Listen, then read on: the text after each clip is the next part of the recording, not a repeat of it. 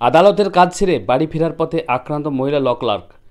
ক্যানেলপাড়ের রাস্তায় 3 যুবক মহিলার পথ আটকে ধর্ষণের চেষ্টা চালায় বলে অভিযোগ।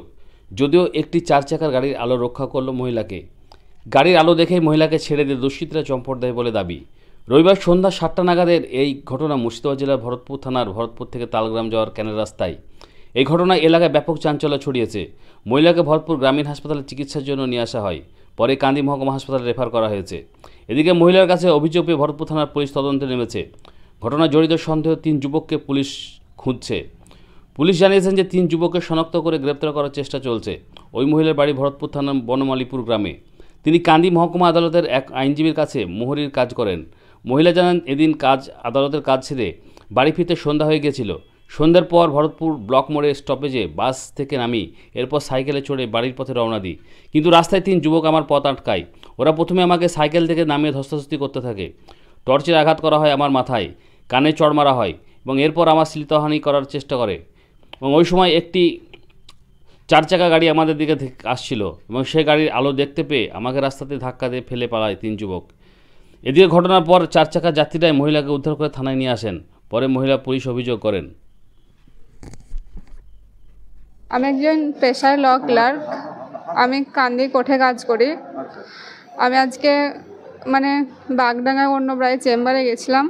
দিয়ে ফেরার পথে একটু কাজের চাপে দেরি হয়ে গেছিলো। আমার ভরতপুর ব্লকে সাইকেল ছিল। সাইকেলের পরে আমি বনমালীপুরের জন্য ক্যানেলের দিকে যাচ্ছিলাম।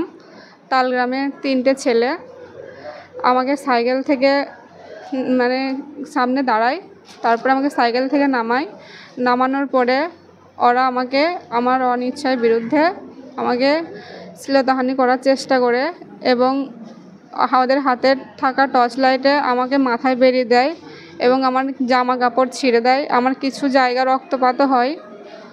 তো যে 3জন তোমাকে রাস্তা আটকিয়েছিল, এরা কি আপনার পূর্ব পরিচিত বা এদেরকে? না, ওদেরকে আমি এমনি চিনি না। আমি যখন তালগ্রাম দিয়ে আসতাম ভরতপুর, ওরা আমাকে মাঝে মাঝে ডিস্টার্ব করতো, টর্ন কাটতো। সেটা কতদিন আগে থেকে আপনাকে ডিস্টার্ব করতো? ওরা আমাকে প্রায় 6 মাস 1 বছর আগে থেকে টর্ন কাটতো। প্রায় মাঝে মাঝে করতো, কারণ তো আমি প্রতিদিনই যাতায়াত করতাম তালগ্রাম থেকে। তো আপনি কাউকে জানিয়েছিলেন যে আপনাকে ডিস্টার্ব করতো? আমি আমার মাকে বলেছিলাম। আপনার মা তখন কি ব্যবস্থা নিয়েছিল বা কাউকে জানিয়েছিলেন? না, আমার মা ব্যবস্থা নেয়নি। আমার মা বলেছে যে এটা চুপ করে রেখে দাও, তুমি তো মেয়ে বিটে ছেলে, এখন কাউকে বলো না, দেখো 5 দিনের একদিন আর কিছু না বলতে পারে। তো ল ক্লার্কের যে আপনার কাজ কান্দি কোর্টে করছেন বলছেন, এটা কতদিন থেকে করছেন? এটা আমি 2 বছর ধরে করছি। 2 বছর ধরে করছেন। আপনি যার কাছে কাজ করেন ল ক্লার্কের, ওনাকে বলেছিলেন এই বিষয়ে কিছু? হ্যাঁ, বলেছি। উনি কি বলেছিলেন? উনি বলেছেন যে তুমি তো নিজেই পেশাধারী এক ল ক্লার্ক, তুমি নিজে রেফার লিখে তুমি থানাতে কমপ্লেন করো। তো আজকে যখন বাড়ি ফিরছিলেন কটার মধ্যে? কটার বাজে? না, 6টা 10-15 বা 6টা হতে পারে। আচ্ছা, কোন জায়গায় আপনাকে ধরেছিল? ওই ঝিংড়ে পার করে। ক্যানেলে? হ্যাঁ। ক্যানেলে প্রথমে আপনার কি রাস্তা আটকিয়েছিল?